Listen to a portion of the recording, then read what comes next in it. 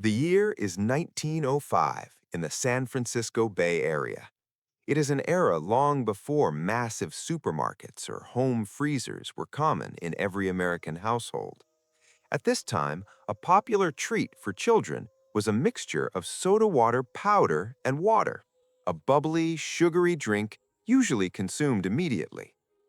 One brisk afternoon, an 11-year-old boy named Frank Epperson was playing on his back porch.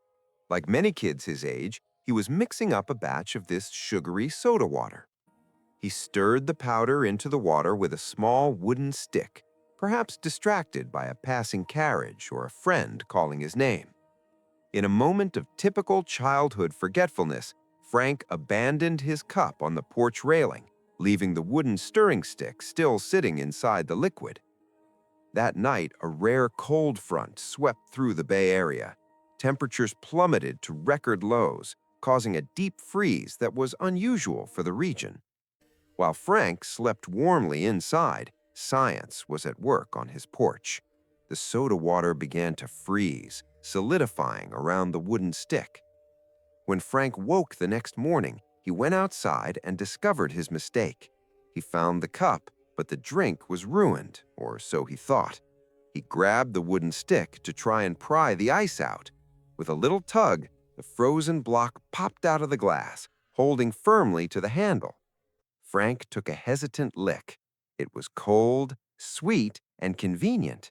He had just eaten the world's first Epsicle, a combination of his name, Epperson, and the word icicle. Frank knew he had something special, but he was just a kid. He began making them for his friends and selling them around his neighborhood, where they were a massive hit. However, as Frank grew up, the responsibilities of adulthood took over. He became a real estate agent, and the Epsicle remained nothing more than a fond childhood memory for nearly 2 decades. It wasn't until 1923 that the idea resurfaced. Frank, now a father, made the frozen treats for his own children. They absolutely loved them, but they didn't call them Epsicles. They constantly asked for Popsicle. The name stuck. Realizing the potential, Frank decided to go public. He introduced his invention at a fireman's ball and later at Neptune Beach, a local amusement park. The public went wild. Immediately, Frank applied for a patent for frozen ice on a stick. By the late 1920s, the Popsicle had become an American sensation.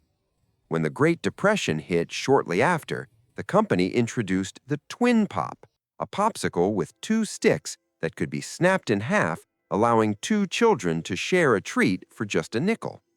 It was a small comfort during a hard time in American history that cemented the brand's legacy.